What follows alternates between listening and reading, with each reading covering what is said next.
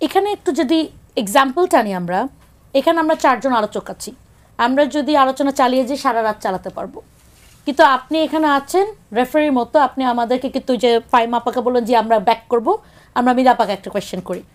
তো সরকার সেরকম কিন্তু ঐক্যমত্য কমিশনে আমরা অনেক আলোচনা করেছি, অনেক কিছু হয়েছে, তারপরে সরকার এটা একটা জবনিকা টেনেছে, বলেছে যে ঠিক আছে এই পদ্ধতিতে হবে, যে কারণে টেনেছে যে আমরা তো কোনো জায়গায় এক জায়গায় পৌঁছাতে পারি নাই।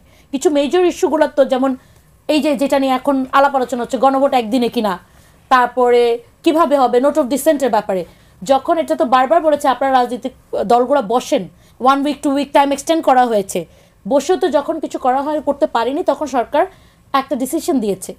তা এখন যেটা এটা নিয়ে যদি তর্ক আমরা করতেই থাকি, আমরা আর ইলেকশনের দিকে এখন মানুষের কিন্তু এটা একটু বুঝতে হবে, পিপলস পালস বুঝতে হবে, মানুষ ইলেকশন মুখী হয়ে গিয়েছে। মানে ইলেকশনের সব সংখ্যা দূর হয়েছে আপনি মনে করেন?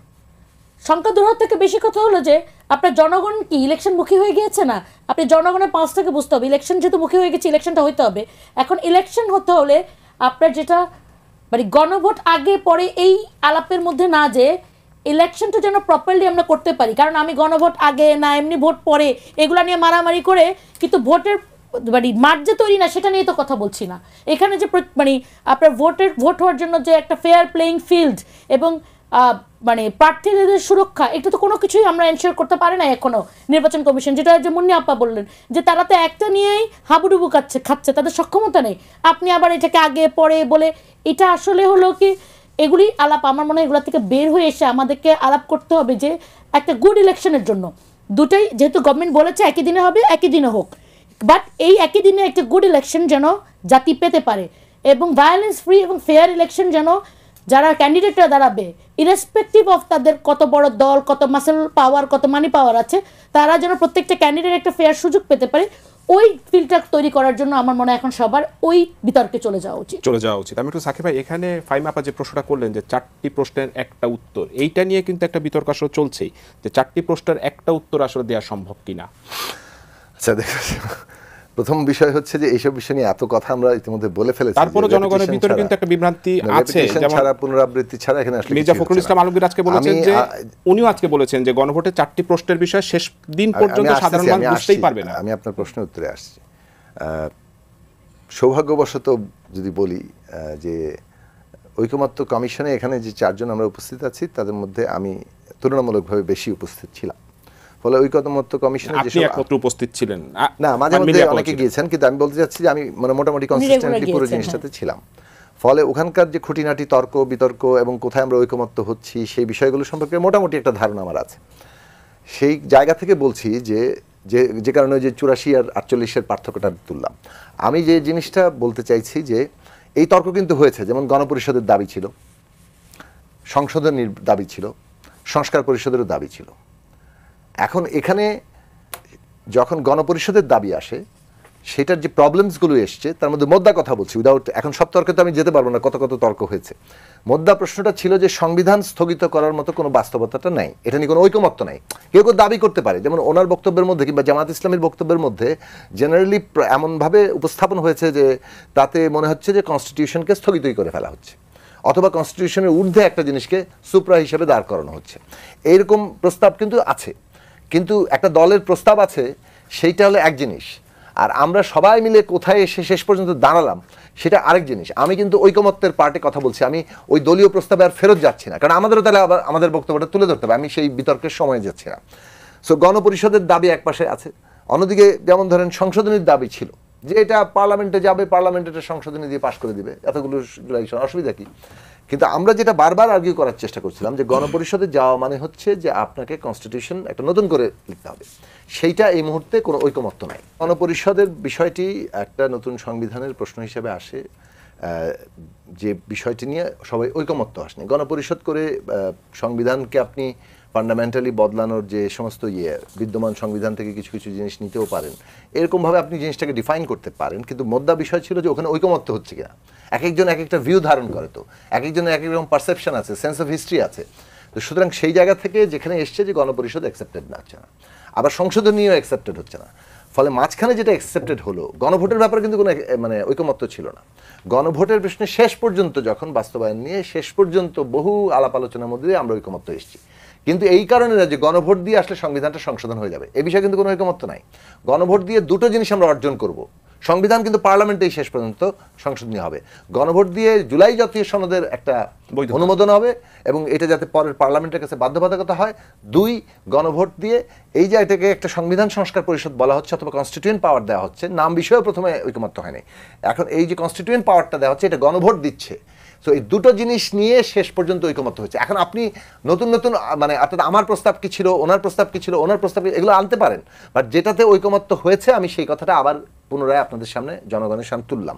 ফলে এই দুটো অর্জন যে গণভোট করবে, এবং এই কথাটাই আমি ওখানে তুলেছিলাম যে আমরা কেন মানে একই দিনের শ্রেয় মনে করি যে এই দুটো অর্জনই যেহেতু আমরা একমত হয়েছি, এই দুটো অর্জন আগে অথবা একই দিনে হওয়ার মধ্যে কোনো পার্থক্য হচ্ছে না। আচ্ছা, এখন লাস্টলি আসি যে আপনি বলেছেন যে ওই 4টি দিয়ে হয় কিনা। এখন দেখেন জুলাই জাতীয় সনদ যেভাবে সই হয়েছে সেখানে কিন্তু এই ঐকমত্য ছিল যে 1, 2, 3, 84টা যেখানে যেখানে নোট অফ ডিসেন্ট আছে, নোট অফ ডিসেন্ট কারা করছে উল্লেখ থাকবে এবং প্রত্যেকটা নিচে নোট লেখা থাকবে যে এটা দলগুলো তাদের ইস্তেহারে দেবে, যে দল বিজয়ী হবে তাদের প্রস্তাব অনুযায়ী সেটা বাস্তবায়ন। এভাবে কিন্তু 84টা আমরা একটা ন্যাশনাল অনুষ্ঠানের মধ্যে দিয়ে সাইন করেছি। কিন্তু এর পরে এসে মানে প্রস্তাব অর্থাৎ ঐকমত্য কমিশন যে প্রস্তাব দিয়েছে সরকারকে এবং সরকার যে আদেশ শেষ পর্যন্ত জারি করেছে তার মধ্যে 4টা প্রশ্ন করে ওইটার ভিত্তিতে হ্যাঁ না বলার জন্য। এই এটা নিয়ে ঐকমত্য হয়নি, ঐকমত্য হয়নি। এখন প্রশ্ন হচ্ছে যে এটা নিয়ে যারা ঐকমত্য হয়নি, যাদের নোট অফ ডিসেন্ট আছে, আমাদের নোট অফ ডিসেন্ট নাই, আমরা এই 84টার বেশিরভাগই কোনো নোট অফ ডিসেন্টই আমাদের নাই। এবং আমাদের কিন্তু আমরা যেটা বলি যে ধরুন বিএনপির নোট অফ ডিসেন্ট আছে সংবিধানের প্রশ্নে বোধহয় 16-17টাতে, সব মিলে বিএনপির নোট অফ ডিসেন্ট হচ্ছে 20টার উপরে, আর এখানে সংবিধানের 48টার মধ্যে বোধহয় 16টার মধ্যে আছে। আচ্ছা, তার মানে 20টা থেকে টোটাল নোট অফ ডিসেন্ট 52টা নাকি 54টা, তাহলে এই যে 30টার উপরে নোট অফ ডিসেন্ট কিন্তু বিএনপি দেয় নাই। এখন আমার বক্তব্য হচ্ছে যে বিএনপির পক্ষে কথা বলা না, কিংবা যারা নোট অফ ডিসেন্ট দিয়েছে তাদের পক্ষে কথা বলা না, কিন্তু তাদের অধিকারের পক্ষে কথা বলা। আপনি খেয়াল করে দেখেন বিএনপির পক্ষে কথা বলা আর বিএনপির অধিকারের পক্ষে কথা বলা কিন্তু এক জিনিস না। জামাত ইসলামের পক্ষে কথা বলা আর জামাত ইসলামের অধিকারের পক্ষে কথা বলা এক জিনিস নয়। বিষয়টা হচ্ছে যে যারা নোট অফ ডিসেন্ট দিয়েছেন তাদের অধিকার আছে যে এটা সমাধানের পথটা জনগণ মীমাংসা করবে এই কথা বলার। তো আমাদের আহ্বান কিন্তু এই 4টা দেওয়ার পরে আমরা এখনো সরকারকে আহ্বান জানিয়েছি যে আমাদের ন্যূনতম জাতীয় ঐকমত্য হচ্ছে পদ্ধতিগত জায়গা। আমরা যেহেতু এই জুলাই অভ্যুত্থান হয়েছে সম্মিলিত একটা অংশগ্রহণের মধ্য দিয়ে, সে কারণে আমরা বলছি যে এখানে কোনো একক দল প্রাধান্য বিস্তার করে সমস্ত কোর্স অফ অ্যাকশনটাকে ডিটারমিন করছে না, মানে এর গতিমুখ কী হবে এটা পুরোটা একটা দল ঠিক করে দিচ্ছে এরকম না, আমরা সবাই মিলে ঠিক করছি। তাহলে সবাই মিলে যখন ঠিক করতে যাই তখন ন্যূনতম জাতীয় ঐকমত্য পদ্ধতিগত জায়গায় দাঁড়ায় এবং সে কারণে ঐকমত্য কমিশন করা হয়েছিল। এখন ন্যূনতম জাতীয় ঐকমত্য যাতে কোনোভাবে না ভাঙে, বিভিন্ন দলের বিভিন্ন মতামত আছে, এইটাকে কতটা বেশি অ্যাকোমোডেট করে একটা পথে আমরা যেতে পারি সেটার দিকে সরকার যাতে খেয়াল রাখে। এর বেশি কিছু আমাদের পক্ষে এই মুহূর্তে বলা সম্ভব হচ্ছে না। কিন্তু আমি মিলির সাথে একদম একমত যে এই মুহূর্তে ইলেকশনের যে আবশ্যিকতা তৈরি হয়েছে, নট অনলি ফর দেখুন বিচার, সংস্কার, নির্বাচন, এইটা হচ্ছে আমাদের মানে জনগণের আকাঙ্ক্ষা বাস্তবায়নের গুরুত্বপূর্ণ 3টা ধাপ। বিচার মানে এগিয়ে চলেছে, তার মধ্যে আমরা সবসময় বলবো যে বিচার যাতে স্বচ্ছ এবং আন্তর্জাতিক মানের হয় এবং কোনো প্রশ্ন না থাকে, এবং এটা আসলে বাংলাদেশের ন্যায় বিচারের যাত্রা তৈরি করে, এটা একটা বারবার প্রশ্ন থাকবে। দ্বিতীয় বিষয় হচ্ছে যে সংস্কার বিষয়ে আমরা ঐকমত্য হয়েছি যতদূর পেরেছি। এখন এই ঐকমত্য বাস্তবায়ন করতে হলে ইলেকশনটা তার সাথে একেবারে যুক্ত হয়ে পড়েছে, গণভোট বলেন আর আপনি ন্যাশনাল ইলেকশন বলেন। ফলে দুটো জিনিস যুক্ত হয়ে যাওয়ার ফলে সংস্কার বাস্তবায়নটা এখন ইলেকশনের মানে অপরিহার্যতাকে সামনে নিয়ে এসছে, এবং তার সাথে আমাদের রাজনৈতিক স্থিতিশীলতা, ভূ রাজনীতি, বিশেষভাবে আমি বলবো বিশেষভাবে বলবো যে অর্থনৈতিক যে বাস্তবতা আছে, ইলেকশনের আশায় সমস্ত আমাদের ইকোনমি বসে আছে। এইটা যদি আমরা কোনোভাবে ক্ষতিগ্রস্ত হয়, আমরা পলিটিক্সে কি করবেন ভাই, মানে যদি অর্থনীতি একটা ভয়ঙ্কর রকম মানে সংকটের মধ্যে পড়ে। ফলে আমি আর কথা না বাড়িয়ে এই কথাটা লাস্ট লাইন বলি যে ইলেকশনের আবশ্যিকতার দিকে আমরা ঢুকে পড়েছি। আমাদের মধ্যে যে পার্থক্যগুলো আছে সেই পার্থক্যগুলো থাকবে, এটা নিয়ে পলিটিক্যাল বক্তব্য হবে এবং সবাই যার যার মতো করে জনগণকে জনমত তৈরি করতে চেষ্টা করবেন। নির্বাচন তো জনমতের একটা প্রতিফলন, কাজেই যার যার দল নিজের পক্ষে টানতে চাইবেন, সে নিয়ে আমার কোনো আপত্তি নেই। খালি আপত্তি হচ্ছে একটা জায়গায় ইলেকশন যাতে ক্ষতিগ্রস্ত হয় এমন পদক্ষেপের দিকে যাতে আমরা না যাই। এরকমের কি কোনো পদক্ষেপ দেখেন কি না আমি আসবো আপনার কাছে। আমি একটু ফাইম আপ আপনার কাছে জানতে চাই যে গণভোটে হ্যাঁ পাস হলো এবং ধরে নিলাম আমি তর্কের খাতিরে যে বিএনপি ক্ষমতায় আসলো, বিএনপির যেসব বিষয় আসলে নোট অফ ডিসেন্ট ছিল সেই বিষয়গুলো আসলে কি হবে?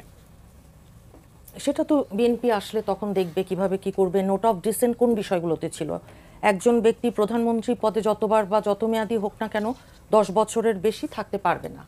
আর আরো ছিল বেশ কয়েকটা। এটা নিয়ে নোট অফ ডিসেন্ট নাই তো। না, আমার প্রধানমন্ত্রী যিনি থাকবেন তিনি দলীয় প্রধান বা ওইটাতে নোট অফ হ্যাঁ সংসদ প্রধানের মতো একাধিক পদে থাকতে পারবেন না। তো এই রকম বিষয়গুলো যেগুলো আছে সেগুলো দল যখন সরকার গঠন করবে তখন সেটাকে কিভাবে দেখবে, কিভাবে সেটা তো সাধারণ মানুষ জন আকাঙ্ক্ষার গঠন করে ফেলছেন আপনারা। না, গঠন তো অবশ্যই। তবে মূল কথাটা কি জানেন, জাতীয় নির্বাচন নিয়ে এমন একটা জল ঘোলা করা হচ্ছে যেখানে দেখে যেন মনে হচ্ছে কারো কারো যে নির্বাচনটা হোক সেটা চায় না। কেন আপনার মনে হচ্ছে? নির্বাচন তো সবাই চায়। এখানে যদি আমি ধরি যে আমার মনে বিএনপি হচ্ছে চায়, না, সাধারণ মানুষের সাকিব মনে ভাইয়ের দল হচ্ছে চায়,